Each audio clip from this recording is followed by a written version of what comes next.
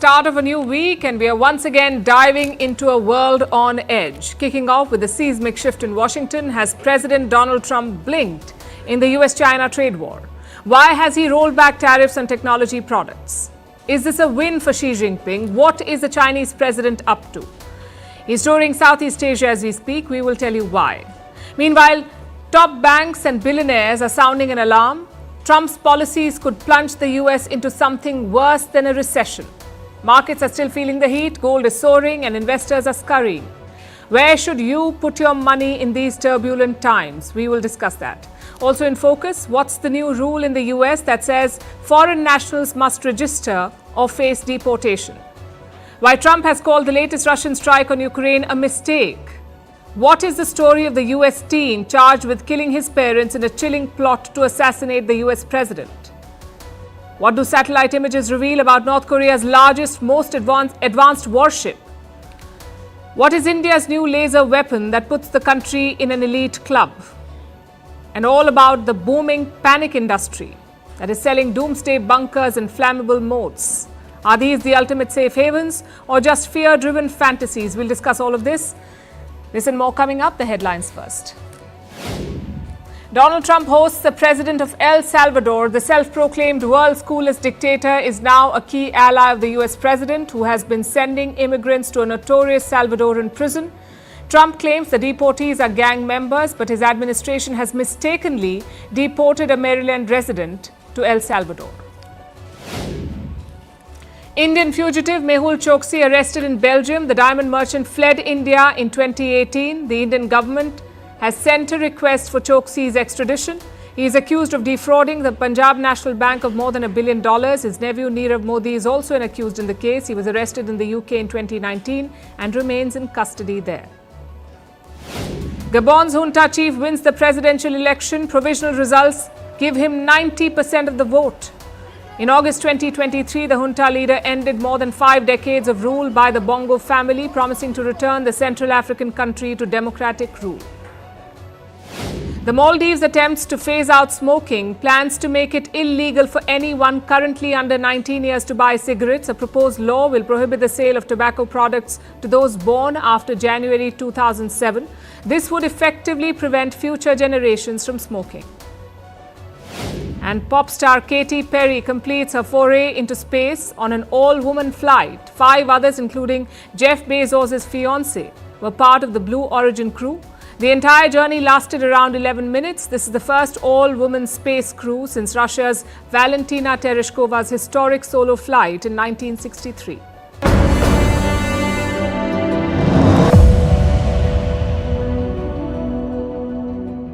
So, if you look at that, China, first row, China, 67%. That's tariffs charged to the USA, including currency manipulation and trade barriers.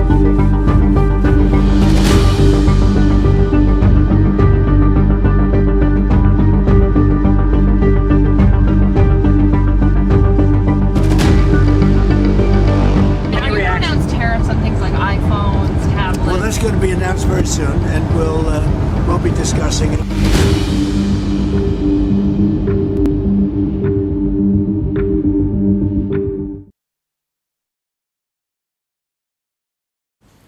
US President Donald Trump is backing down. His tariff war is unraveling, forcing him to retreat. The US has announced yet another exemption, and this time it is China that is getting relief. Chinese exports to the United States face a 145% tariff, but now a range of Chinese electronics are off the hook. This includes stuff like smartphones and laptops. They won't face the 145% import tax. Interestingly, the pullback was not announced by President Trump. It was done by the US Customs. They released an exemption notice, a notice stating which products were exempt from tariffs. And it came as great news for big tech. They can now breathe easy. Without this relief, prices of gadgets would have skyrocketed. Everything from memory chips and solar cells to semiconductors would have cost more. There were about 20 product categories, all targeted by Trump's tariffs. Their prices were set to surge. Companies like Apple, Microsoft, and Nvidia had raised concerns. In fact, Apple was resorting to extreme measures. They airlifted 1.5 million iPhones from India. Apple did it in record time to beat the tariffs, to make sure that the phones were shipped before the tariffs kicked in. We told you about this last week. These iPhones were made in India. Usually it takes 30 hours for customs to clear such consignments, 30 hours. But this one was fast-tracked. It was dispatched within 6 hours, all because Apple wanted to beat Trump's tariff deadline. But for the moment, they can relax. Washington has given some relief, even though it's temporary. The US president says no one can escape his tariffs. Let me quote. There was no exception. Nobody is getting off the hook. This is what he wrote on Truth Social. He reminded everyone that other duties on Chinese products still remain, like the 20% tariffs related to fentanyl. This was announced soon after Trump took office. And now he's planning a new set of tariffs, a different category altogether. Listen to this.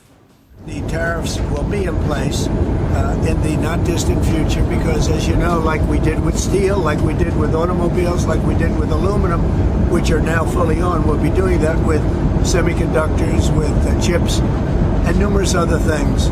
And that'll take place in the very near future.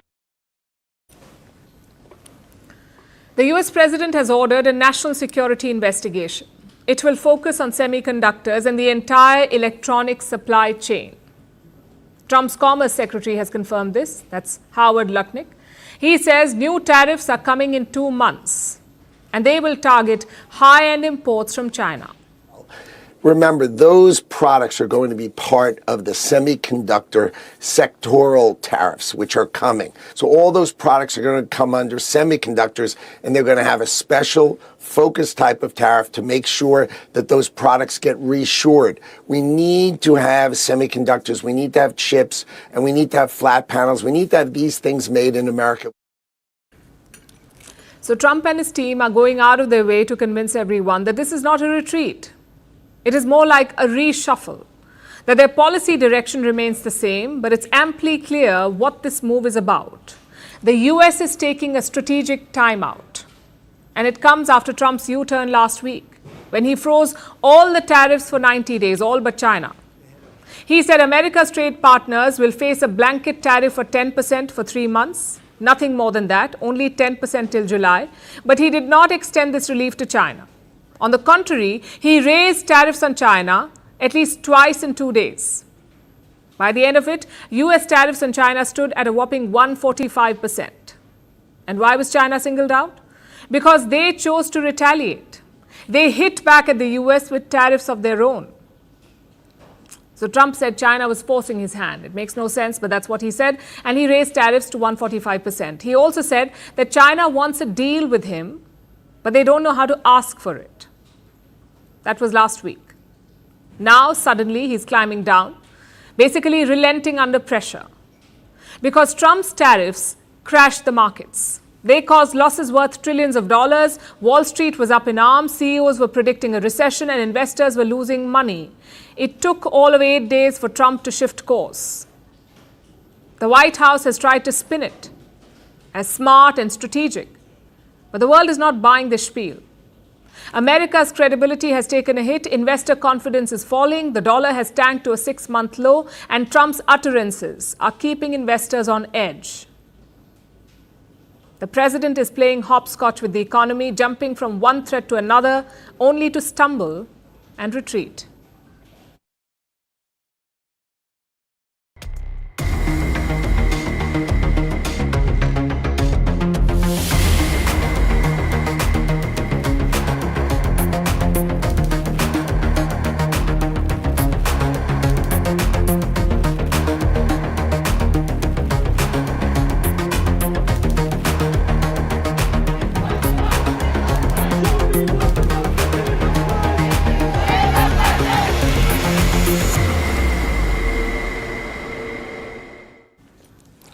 So Trump is putting caveats on his trade war. The question is why? After all the bravado, why is he backpedaling now? Mainly because of 2 reasons. The first is America's dependency on China, and the second is public backlash. We look at both these factors. Electronics is the biggest category of US imports from China. Your smartphones, your laptops and computers, these make up 20% of the total imports from China. Imagine a 145% tariff on this trade. It would have made electronics unaffordable for Americans. Just consider the iPhone. The 16 Pro Max sells for $1,200. The tariffs would have increased that price by a lot, to almost $2,150 per phone. And why is that? Because China assembles almost 90% of all phones. It is basically a monopoly. Same with computers. China makes 81% of laptops and personal computers. So if you tariff China, all of this becomes more expensive, a lot more expensive. American tech companies would have raised the price of their products. We're talking about a visible and sharp hike here, and Trump cannot afford that right now. Which is the second reason. Around 56% Americans disapprove of Trump's handling of the economy. That's 7 points up from last month. Clearly, this is the tariff effect. The White House is trying to spin it as a masterstroke, but ordinary people are not buying it. They can see the wild swings in the stock market, they can see the public U-turns of their president, and they can also see prices rising. Perhaps this is what prompted Trump to exempt certain goods. He has not explained why he did it. He simply attributed the exemptions to obvious reasons. 10% floor, Mr. President. Pretty close, yeah, I would say. Pretty close. There could be a couple of exceptions for obvious reasons, but I would say 10% is a floor. Yeah. Could we see more such exemptions? Well, it's certainly possible. Trump's exemptions only apply to the 145% rate. His fentanyl tariffs still apply on Chinese electronics, and that's around 20%. You won't see this impact immediately. Most companies will have stock lying around. For example, Apple has inventory for almost 6 weeks. But what happens after that? After that, prices will increase. And that is when Trump will face a reckoning. He was elected on the promise of lowering prices. If the opposite happens, expect a backlash. And that's just the start. The tariffs could hurt the economy beyond inflation. Top banks are predicting a recession in 2025, in this year. Billionaire Ray Dalio is predicting something worse than a recession. Now, Dalio, as you would know, is a hedge fund manager. He founded Bridgewater Associates in 1975. Today, it manages around $92 billion in assets. And Dalio feels something bad is coming, something worse than a recession, as he put it. What would that be? A breakdown of the current global order. He feels emerging powers will bring down the post-World War system, and this would create major conflicts. Basically, a breakdown in global relations. I know it sounds far-fetched, but Ray Dalio has a knack for this kind of things. He predicted the recession of 2008. And this time he says the US is very close to another one. All of this will build pressure on Donald Trump. His tariffs were supposed to shock the world into action, but that may not be possible anymore. For starters, the shock effect is almost gone. These exemptions show that Trump is also worried. He is concerned about the blowback on US companies and consumers. Rest assured, other countries will capitalize on this. Secondly, there's a lot of confusion. We are seeing conflicting messages from Washington. Last week, the White House was pushing for iPhones made in America. Listen to this. But iPhones specifically, is that something that he thinks is the kind of technology that can move to the U.S.? Absolutely. He believes we have the labor, we have the workforce, we have the resources to do it. And as you know, Apple has invested $500 billion here in the United States. So if Apple didn't think the United States could do it, they probably wouldn't have put up that big chunk of change. Well, then why exempt tariffs on them? Why stick with Chinese-made iPhones? All this confusion will weaken Trump's position. It gives the impression that there is no method to this madness, that Trump is simply going with the flow. I'm afraid such a strategy does not qualify as the art of the deal.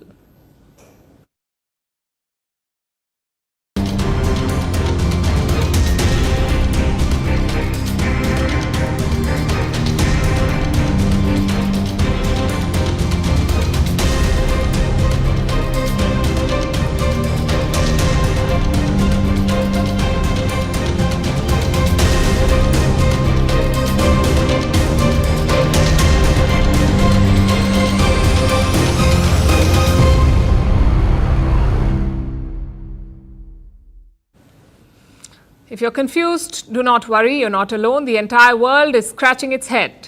The US-China trade war is not for the faint of heart. Since February, it's been a roller coaster. Trump slaps on tariffs, China fires back, Trump doubles down, China hits harder, and so the cycle spun for 2 chaotic months. Trump expected China to panic. He wanted Xi Jinping to call him. But China did not call. They did not blink. And in the end, Donald Trump had to fold.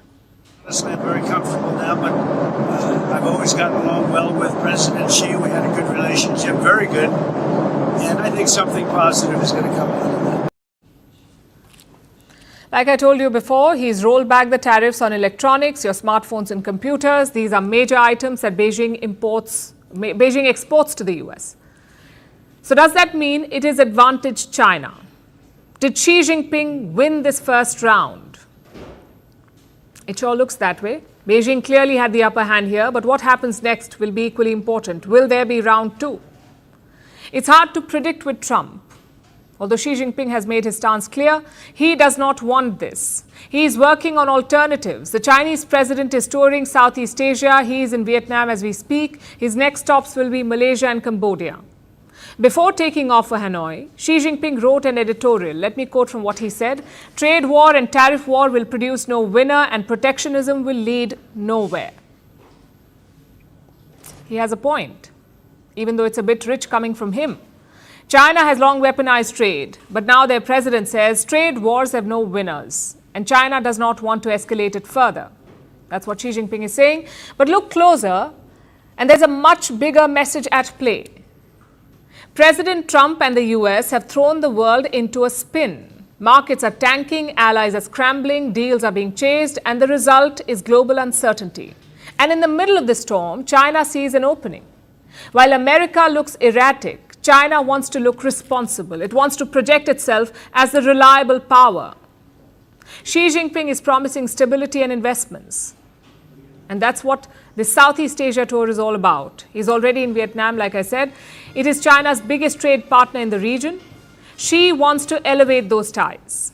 They're expected to sign a total of 40 agreements. And from there, it's a quick flight to Malaysia. It is the Chinese president's first visit to the country since 2013. Now, Beijing is Malaysia's largest trading partner, so the focus here again will be on trade, on how Malaysian companies can get better access to China. From there, Xi will go to Cambodia. Again, the timing is worth noting. The Chinese president will be in Cambodia on the 17th of April. That's the week of the Khmer New Year. Usually, everything is shut during this time. Offices and schools are closed. It's a national holiday. But this time, Phnom Penh is making an exception. It is rolling out the red carpet for the Chinese president. And that tells you everything. Southeast Asia is rattled by this trade war and Trump's threat of higher tariffs. So it is turning to China, which, by the way, is not a safe option either. A, because it's China, it is the opposite of reliable. And B, siding with China could earn them Trump's wrath, aka more tariffs. And this is something that Vietnam is especially worried about. It is wary of looking like China's backdoor, of being used to ship Chinese goods. That's one point of concern. There's also the fear of cheap Chinese goods. They could flood these markets and kill local players. So it's a delicate balance for Southeast Asia. As for Xi Jinping, he may have won this round, but the game is far from over. The US still holds the most powerful weapon in this trade war: unpredictability.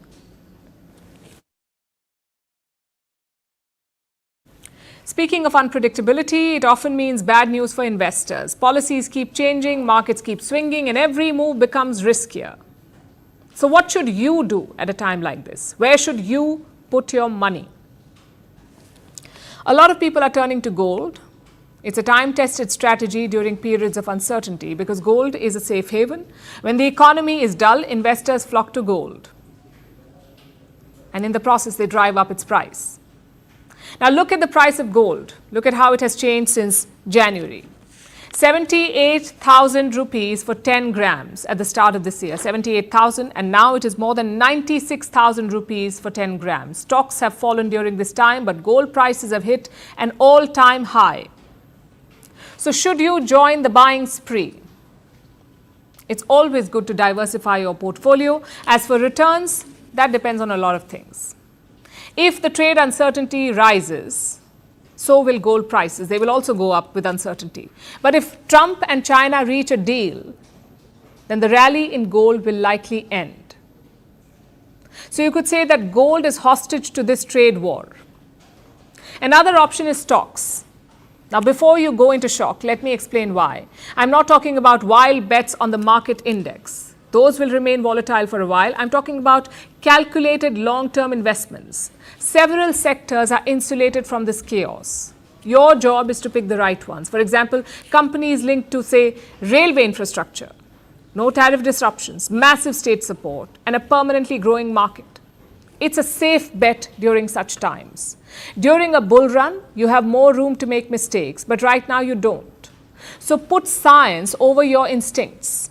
Look at the financial health of companies. Look at how much debt they have. Look at their exposure to the global market. Only then should you make your bets. Also look out for companies trading at discounts. Maybe you've been eyeing a stock for quite some time now. You've done your due diligence as well, but the price was always too high. Well, now's your chance. Most stocks have fallen in the last 3 months. So if you can, scoop up those solid companies. I know it's hard to put these tactics to use, especially when your hard-earned money is at stake. But the key is to think long-term. Do not panic, do your homework, and turn this chaos into an opportunity. A lot of you may find this too risky. You may prefer safer bets, like a bank deposit. But those are on the chopping board. India's central bank recently cut lending rates, and since then, many banks have slashed interest on their deposits. SBI has reduced rates by 10 basis points, Bank of India by up to 25 basis points, HDFC also by 25 basis points, and Yes Bank again by 25 basis points. They have cut lending rates.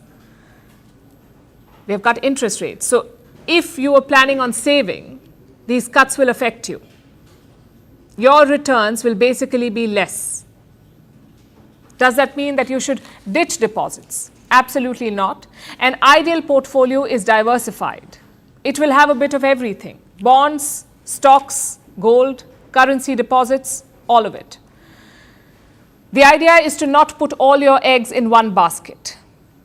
This advice is extremely important right now because a diversified portfolio will shield you from the volatility. Just consider the last 20 days. If you had money in stocks, chances are you lost some of it. But if you had gold, you must have gained money. So one gain covers off the other loss. It gives you confidence to tide over the period of chaos, which is why a diverse portfolio is key. I won't go into the specifics of what to buy or sell. I'll leave that to your financial advisor, but I will give you 2 broad suggestions. Number 1 is to obviously diversify. Like I said, don't put all your eggs in one basket. And number 2, be focused and patient. Investment is always a long game. Do not be flustered by 1 or 2 volatile months. Instead, make calculated moves. There is always an opportunity to make money. Your job is to spot it and wait for it.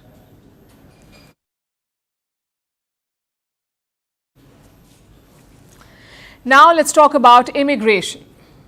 Just like tariffs, it's a policy priority for the Trump administration. They've launched one of their harshest crackdowns yet.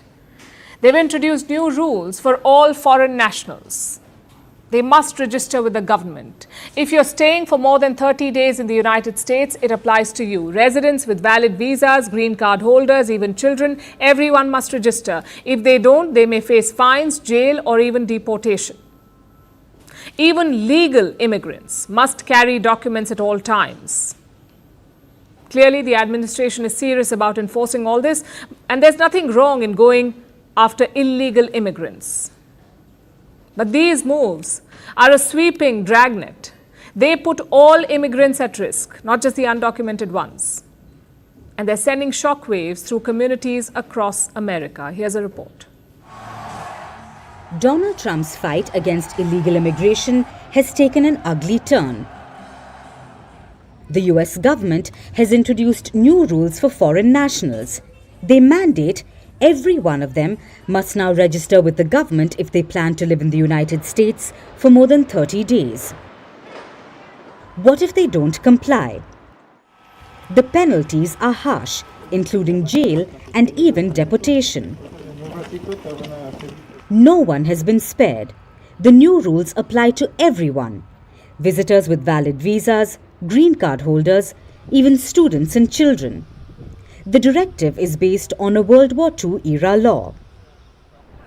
Violators face up to $5,000 in fines or 30 days in jail. In serious cases, violators could face a lifetime ban from entering the United States again. Children must register by their 14th birthday. They must also provide fingerprints. New arrivals after the 11th of April have just 30 days to comply. This is not just a crackdown on illegal immigration, it's a crackdown on all immigrants. Even legal residents will live under threat now. They must carry proof of legal status at all times. One missed step and they risk being treated like criminals. Civil rights groups tried to stop these new rules, but a judge dismissed the challenge. He said the groups lacked standing. So the policy now stands, and the consequences are unfolding fast. International students need to follow every single visa rule to the letter. Jobless H-1B visa holders risk being labelled unlawful after their grace period ends. And if they delay or make any mistake, they could end up being deported. 4, 5, 6. So what's the way out? US immigration officials are encouraging self-deportation, and they're going the extra mile with this. They're offering immigrants their choice of flights. Some may even get help with their ticket. Those waiting to hear back on their status might be compelled to take this route because the punishment can be brutal. Legal experts argue that the policy is overboard, unconstitutional, and dangerous. It treats millions of legal residents like suspects, and it opens the door to racial profiling and abuse. The Trump administration, however, has defended the move. They call it enforcement. They call it necessary. But this is neither. These rules are an overreach, a policy built on fear, not facts. Enforcing immigration laws is fair, but turning every immigrant into a target is not. It's not security, it's not reform, it's chaos disguised as control. Vantage continues after a short break.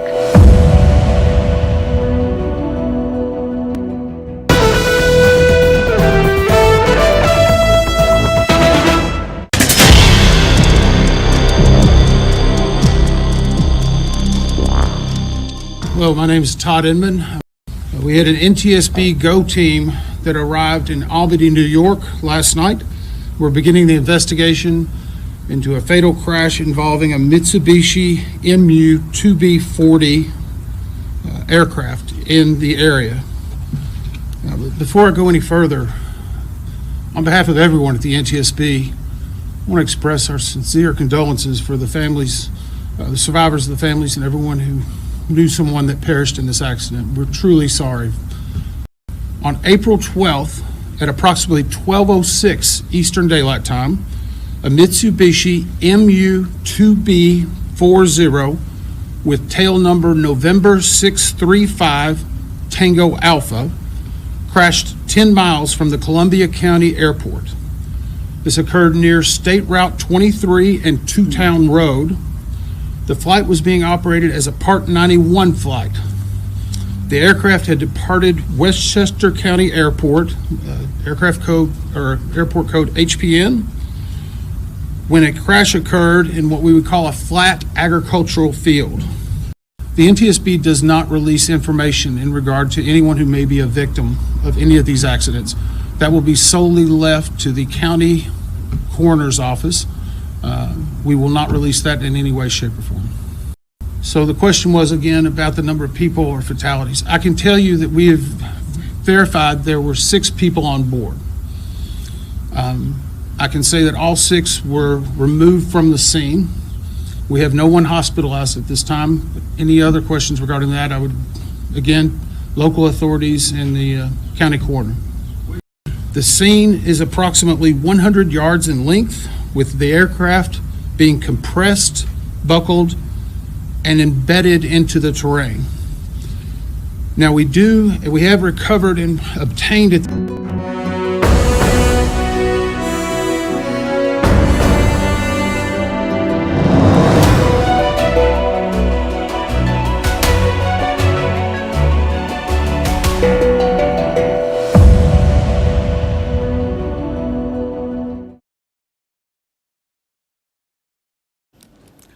It was Palm Sunday in Ukraine. People gathered with crosses and palm branches. The mood was peaceful until 2 missiles struck the city of Sumy.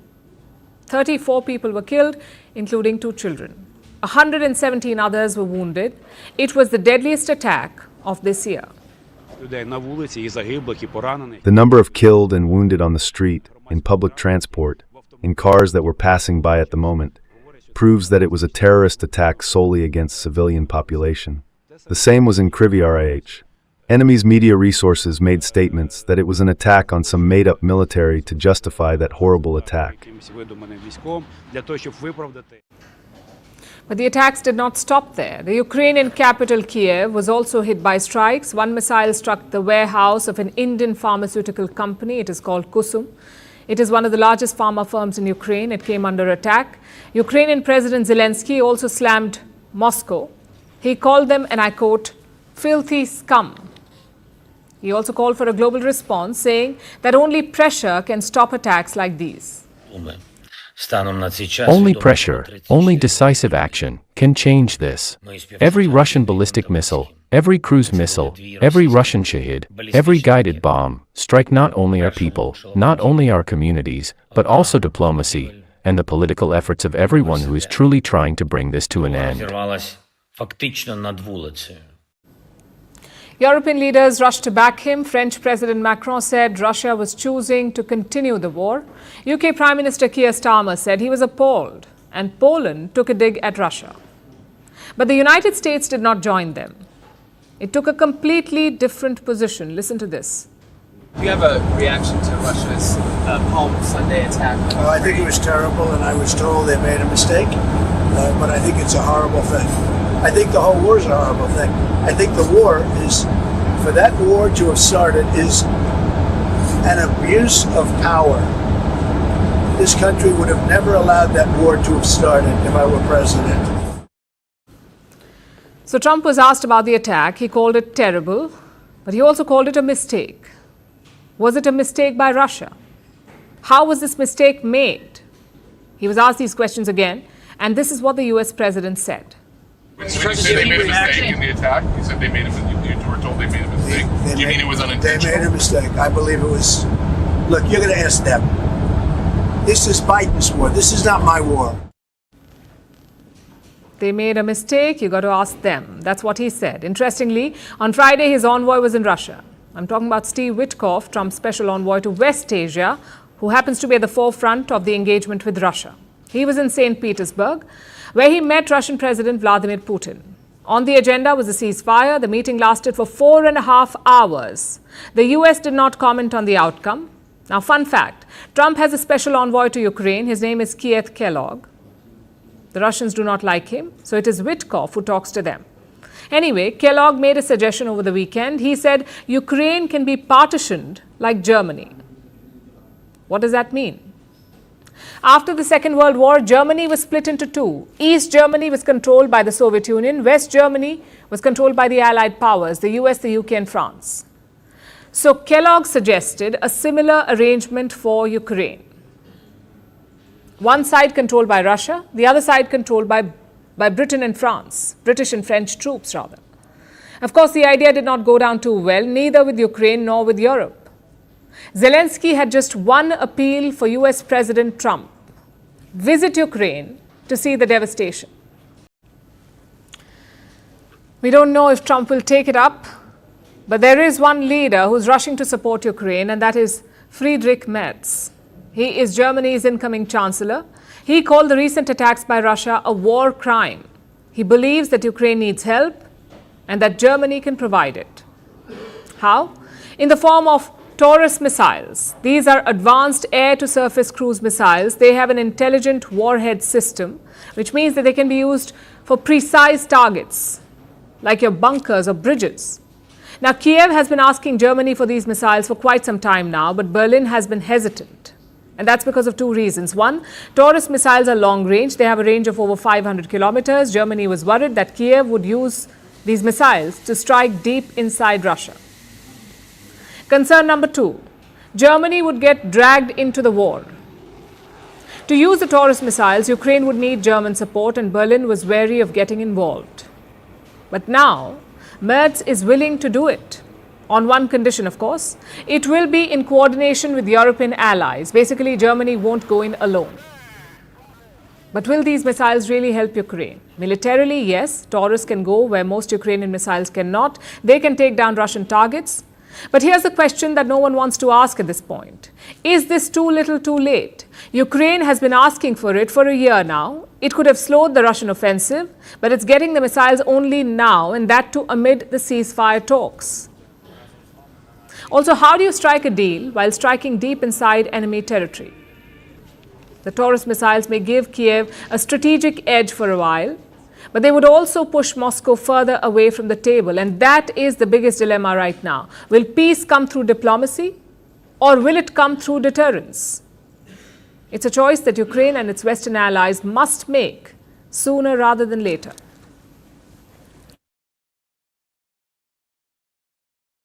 Our next story tonight is about a high school student from Wisconsin. Earlier this year, he allegedly killed both his parents. And now this case has gotten the FBI involved. That's the Federal Bureau of Investigation. They are probing the case because killing his parents was only half the plan.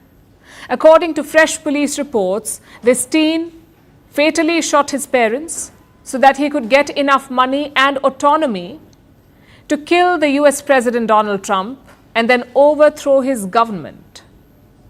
This is not a film story. It happened in Wisconsin, USA. Here's more. This is Nikita Kasab, a 17-year-old from Wisconsin. When he failed to attend school for 2 weeks, local officials visited his home. And that's when they found the bodies of his parents. Then one thing led to another. The teenager was arrested last month. The Federal Bureau of Investigation got involved, and now the missing links have emerged. The police believe that Kasab killed his mother and father on February 11th. He allegedly shot them. Both were found dead from gunshots more than 2 weeks later on February 28th. But the suspect was not at home and the parents' car was missing. That evening, the officers found the vehicle with the suspect driving it. And that's not all that was discovered. There was also $14,000 in cash in the car, more than $14,000 worth of jewelry, and a .357 Magnum revolver that was purchased by the high schooler. In Wisconsin itself, the teen faces 9 felony charges, including 2 counts of first-degree murder and 2 counts of hiding a corpse. But that's not what the FBI is investigating. They're looking at 3 additional charges: presidential assassination, conspiracy, and use of weapons of mass destruction. Confused? Well, according to the police, the fatal shootings were part of a larger plan. The teenager killed his parents in an attempt to obtain the money and autonomy that he thought he needed to kill the President of the United States, Donald Trump, and then overthrow his government. The teen identified with a right-wing terrorist network called the Order of 9 Angels. This is a network of neo-Nazis who have racially motivated extremist views. The police found images and praise of Adolf Hitler on Kasab's phone, along with instructions on how to make bombs and a self-described manifesto which talked about assassinating the president. Why? Apparently, the teen believed that this would foment a political revolution in the United States, and he thought he could get away with it. The alleged double murder of his parents was an effort to obtain the money to both make the attack happen and then to run away. Authorities say that the teen paid for a drone and explosives with the money he stole and had plans to escape to Ukraine.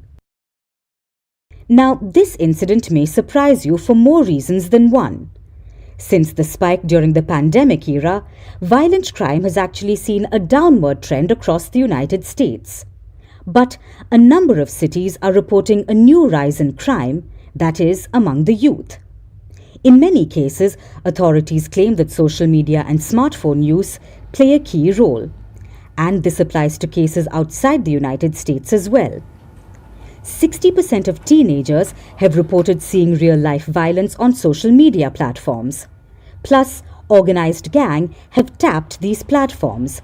They are grooming young adults, introducing them to violence, illicit weapons, and drug markets. Social media has also become a hub for neo-Nazis, especially Instagram. These groups are recruiting young people and spreading propaganda, and they exploit all kinds of easy technology to do this, from gaming to social media voice chats and online movie clubs. As children become increasingly isolated, social media algorithms are exploiting their vulnerabilities. While there's no singular culprit in this broad cultural issue, the lines between right and wrong have been blurred by vastly unregulated, violent and hateful content on the internet. And there's no question that social media is making an already grim situation worse.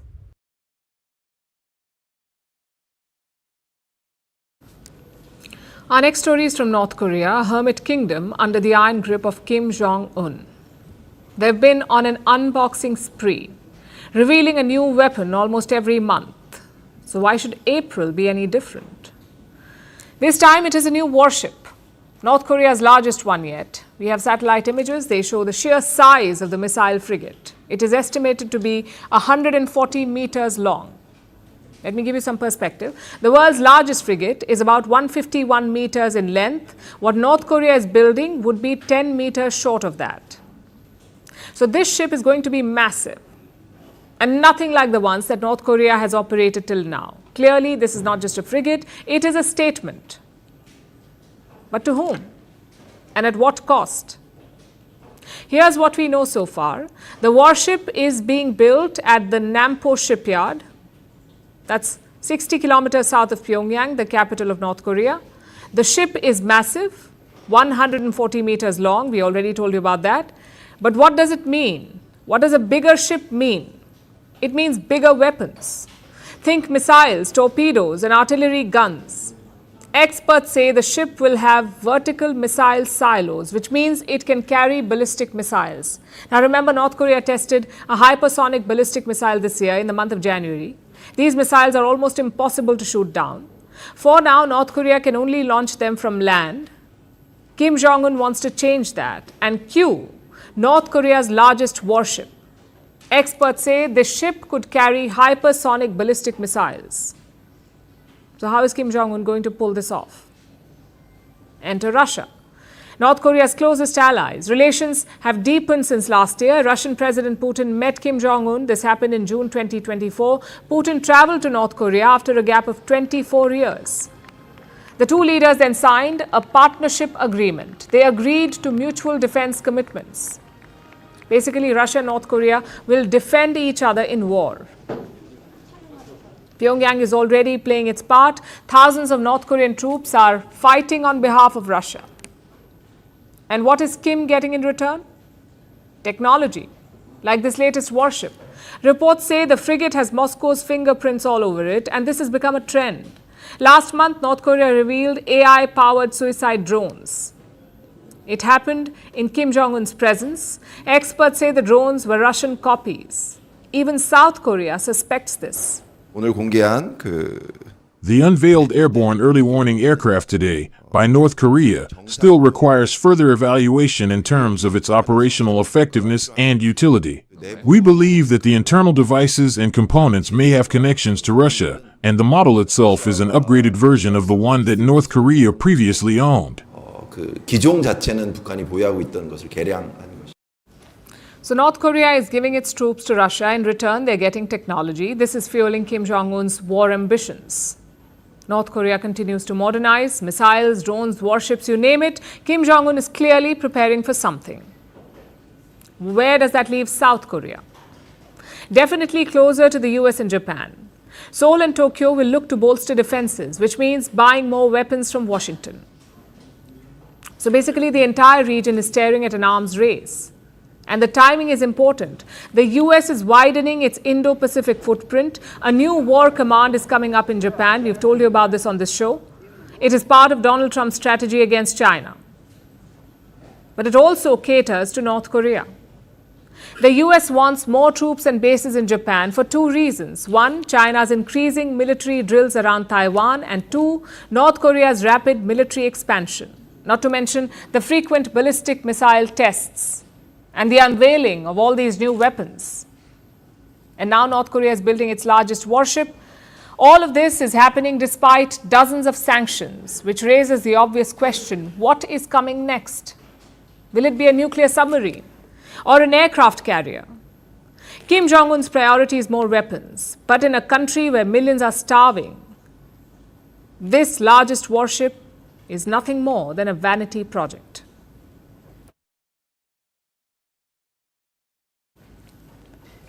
Picture this, a swarm of drones buzzing towards Indian skies, then a flash of light, precise, silent and deadly. In seconds, the drones are shot down. This is not an idea from a fictional thriller. This is India's new reality. India has successfully test-fired a homegrown laser weapon. The laser beam burst the targets into flames, and all of this happened with pinpoint accuracy. India is now part of an elite club. Only the US, Russia and China have tested such a weapon. Our next report has more. On the 13th of April, India entered an elite club of nations for the first time ever. India showcased its futuristic warfare capabilities. It fired a directed energy weapon. In short, a laser weapon. The test was undertaken in the state of Andhra Pradesh. The Defense Research and Development Organization, or DRDO, conducted the test. Here's how it went down. DRDO officials brought out the laser weapon to the testing field. And then they launched the targets. First, a single drone was shot down. Then a swarm of drones were brought down, and all of this happened in the blink of an eye. You blink, you miss, but the laser doesn't. The weapon that was showcased is a 30-kilowatt directed energy weapon. It is developed and designed by the DRDO and is completely made in India. It is basically a laser with multiple cameras and sensors. The sensors and cameras first detect a target. This could be a single drone or a swarm of drones. Then the weapon fires quick bursts of light energy or lasers to cut through any target, causing them to burst into flames. India has now entered an elite group of nations. Only the United States, China, and Russia are known to use lasers to neutralize aerial threats. India is now the fourth, and this is just the beginning. The DRDO is planning on making a much larger laser weapon, which will also be put on warships and aircraft. And DRDO officials say it will be India's Star Wars-like capability. We are also working on other high-energy systems like high-energy microwaves, electromagnetic pulse. So we are working on several technologies which will give us the Star Wars capability. So why is this a big deal? Because drones have become the go-to weapons of choice. They dominate the modern-day battlefield. They are cheap, reliable, agile, and deadly. But defending against drones remains a challenge. Militaries would often resort to anti-drone systems. These are large weapons that cost at least a few $1,000s. They use high frequencies and microwaves to bring down drones, and they have something called as the cool-off period, which means that after some time the anti-drone systems need a break. That is not the case with laser weapons. Even though a laser is a concentration of extreme energy, the system itself uses less energy to fire lasers compared to other anti-drone systems. So lasers can be fired at multiple targets and still not be at the risk of overheating. India now has an effective solution to combating drones. That is bad news for its neighbors, particularly Pakistan.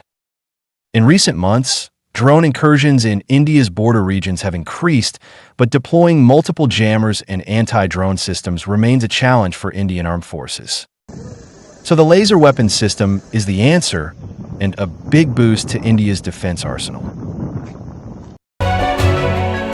Vantage continues after a short break.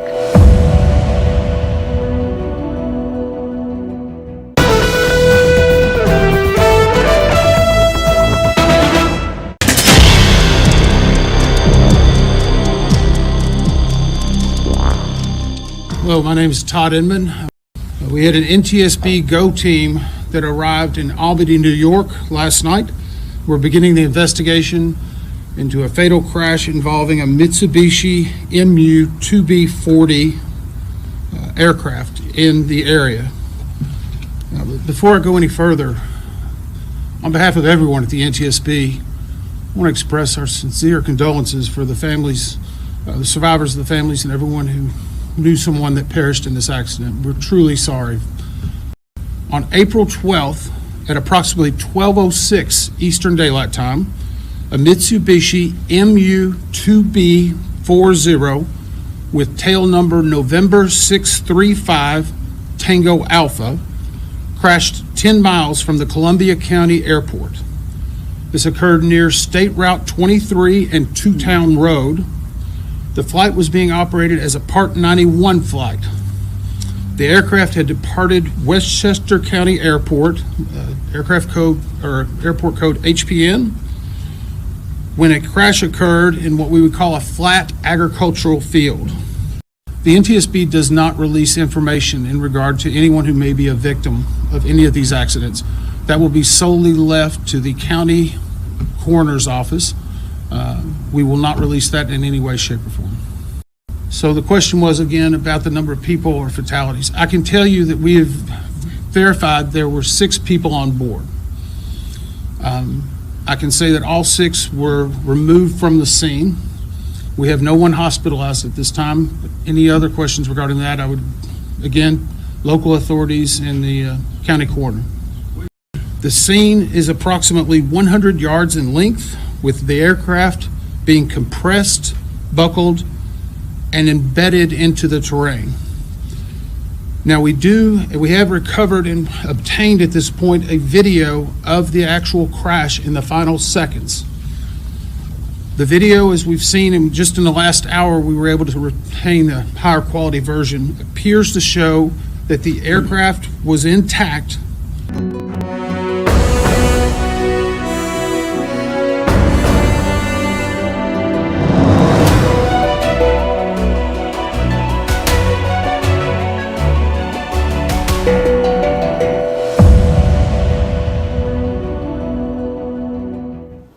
Now it's time for Vantage Shots, images that tell the story.